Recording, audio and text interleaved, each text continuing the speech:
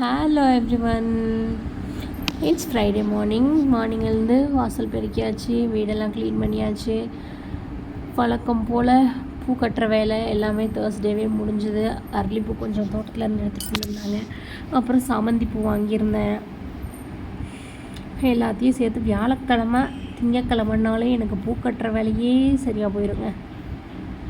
பூ கட்டணும், சாமி ரூம் க்ளீன் பண்ணணும், அப்புறம் கிச்சன் இதெல்லாம் க்ளீன் பண்ணுவேன். கிச்சன் ஷெல்ஃபெல்லாம் க்ளீன் பண்ணுவேன், ஸ்டவ்வெல்லாம் க்ளீன் பண்ணுவேன். அதுலேயே சரியாக போயிடும். இந்த பூவெல்லாம் கட்டி முடிக்க உட்காந்தாலே 1 மணி நேரம் ஆயிருங்க கண்டிப்பாக. குண்டு மல்லி, ஜாதி மல்லி இதெல்லாம் கட்டுவேன். அப்புறம் அரளிப்பூ கட்டிடுவேன், சாமிக்கு ஆகுமே அப்படின்னு சொல்லிட்டு. இதெல்லாம் கட்டி முடிக்கிறதுக்கே ஒரு 1.5 மணி நேரம் ஆயிருங்க. அந்த டைமில் போர் அடிக்குமே அப்படின்னு சொல்லிட்டு ஃபேஸ்புக் போய் இல்லைன்னா யூடியூப்பில் வந்துட்டு விகடன் டெலிவிஸ்டான ஒரு சேனல் இருக்குது. அதில் பழைய மெட்டி ஒலி சீரியல்ஸ்லாம் போடுவாங்க. ரொம்ப ஜாலியாக இருக்கும். அதை பார்த்துட்டே அப்படியே டக்குன்னு பூ கட்டி முடிச்சிடுவேன். தேர்ஸ்டே நைட்டு இதெல்லாம் க்ளீன் பண்ணி வச்சுட்டா மார்னிங் வந்து விளக்கேற்றதுக்கு ஈஸியாக இருக்கும். கிச்சனும் க்ளீன் பண்ணி வச்சிட்டேன். எல்லா ஒர்க்குமே ஆல்மோஸ்ட் முடிஞ்சுது. அப்புறம் மண்டே வந்துட்டு மோஸ்ட்லி வந்து 5 o'clock எழுந்துருவேன். முடியலன்னா நைட் லேட் ஆகிடுச்சுன்னா ஒரு 6 மாதிரி எழுந்துட்டு பூஜை வேலையெல்லாம் முடிச்சிடுவேன். எப்போவுமே ஃப்ரைடே டியூஸ்டே ஆகிட்டாலே ஒரு பாசிட்டிவ் வைப்ஸ் அந்த மாதிரி இருக்கும். என் ஹஸ்பண்ட் தான் சொல்லுவார், சின்ராசம் வந்துட்டு செவ்வாய்க்கிழமை வெள்ளிக்கிழமை ஆனாலே கையிலேயே பிடிக்க முடியலையே அப்படின்ட்டு. பட் இருந்தாலும் ஏதோ நமக்கு ஒரு பாசிட்டிவ் வைப்ஸ் இல்லையா. எஸ், வீடை எப்பயுமே கமகமான்னு வச்சுக்கணும்னு சொல்லுவாங்க. அதனால நான் வந்துட்டு கம்ப்யூட்டர் சாம்பிராணி எப்படியாவது யூஸ் பண்ணுவேன். பட் இது மாதிரி தான் வந்து தேங்காய் சிரட்டை இருக்கு இல்லையா, அதை வந்துட்டு ஸ்டவ்வில் வச்சுட்டு அதை எடுத்து சாம்பிராணி போட்டால் கமகமன்னு இருக்கும். பூஜை வேலை முடிஞ்சது. சரி, அப்படியே டேபிளெல்லாம் க்ளீன் பண்ணிவிட்டு வாட்டர்லாம் ஃபில் பண்ணி செக் கொண்டு வந்து வச்சாச்சு. இன்றைக்கி மார்னிங் வந்து ராகி கூழ் தாங்க செஞ்சேன். யாழினி பாப்பாவுக்கு லீவ் விட்டதுனால நான் வந்துட்டு மாவே அரைக்காம விட்டேன். நமக்கு தானே ஏதாவது செஞ்சுக்கலான்னு சொல்லிவிட்டு அவங்களும் ஊருக்கு போயிட்டாங்க. வாங்க எங்கள் நர்சரியில் என்னென்ன ஃப்ளவர்ஸ் இருக்குதுன்னு பார்க்கலாம். பன்னீர் ரோஸ் செடி இது நர்சரி வாங்கின புதுசில் நாங்கள் வந்து வாங்கி வச்சேங்க. சும்மா ஒரே ஒரு செடி தான், மார்க்கெட்டில் சாட்டர்டே எங்கள் ஊரில் மார்க்கெட்டு, அதில் வாங்கி ஒரே ஒரு செடி தான் வச்சேன். அவ்வளோ அழகாக பூக்குது. இந்த செம்பருத்தி எனக்கு பிடிச்ச கலருங்க. ரெட்டே எனக்கு ரொம்ப பிடிச்ச கலர். இது பார்க்குறதுக்கே ரொம்ப ப்ளீஸிங்காக நல்லாயிருக்கும்.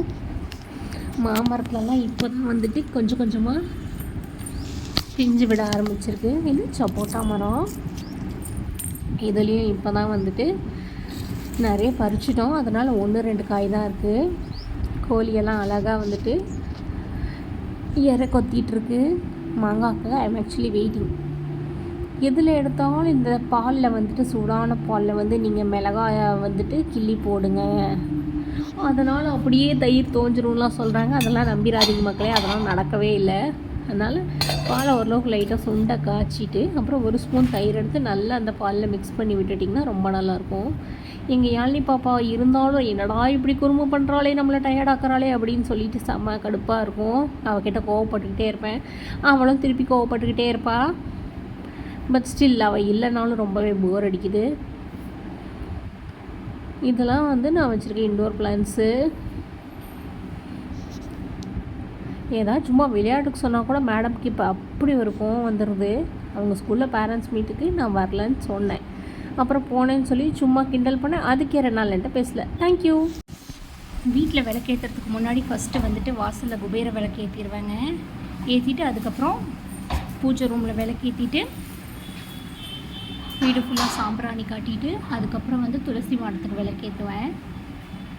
காலையில் தண்ணி ஊற்றினா கூட இப்போல்லாம் இந்த செடி வந்து சீக்கிரமே வாடிடுது. மார்னிங் தண்ணி ஊற்றிட்டு சாயங்காலம் பார்த்தா ஒரு மாதிரி ட்ரையாக இலையெல்லாம் கொட்டுற மாதிரி ஆயிடுது. என்ன தான் அப்படியே வெயில் அடிக்குதோ தெரியல. இன்னும் ஏப்ரல் மேலாம் நம்ம என்ன பண்ண போகிறோம்னு நமக்கே தெரியல. மரத்தெல்லாம் வெட்டி வீடாக கட்டிட்டோம். இப்போ எல்லாமே கஷ்டமாக இருக்குது. காற்று கூட அடிக்க மாட்டேனுது. என்னத்த சொல்கிறது, ஸோ சேட். முடிஞ்ச வரைக்கும் இதுக்கு மேலே எந்த மரத்தையும் வெட்டாமல் இருக்கணும். அப்போ தான் நமக்கு நல்ல காற்று கிடைக்கும், நமக்கும் நம்ம நெக்ஸ்ட்டு ஜென்ரேஷனுக்கும். முடிஞ்ச அளவுக்கு தண்ணியை சிக்கனமாக யூஸ் பண்ணுங்கள். அப்போ தான் நம்ம குழந்தைங்களுக்கும் அந்த தண்ணி கிடைக்கும். தேங்க்யூ ஸோ மச் ஃபார் வாட்சிங் my vlog. Bye bye. See you.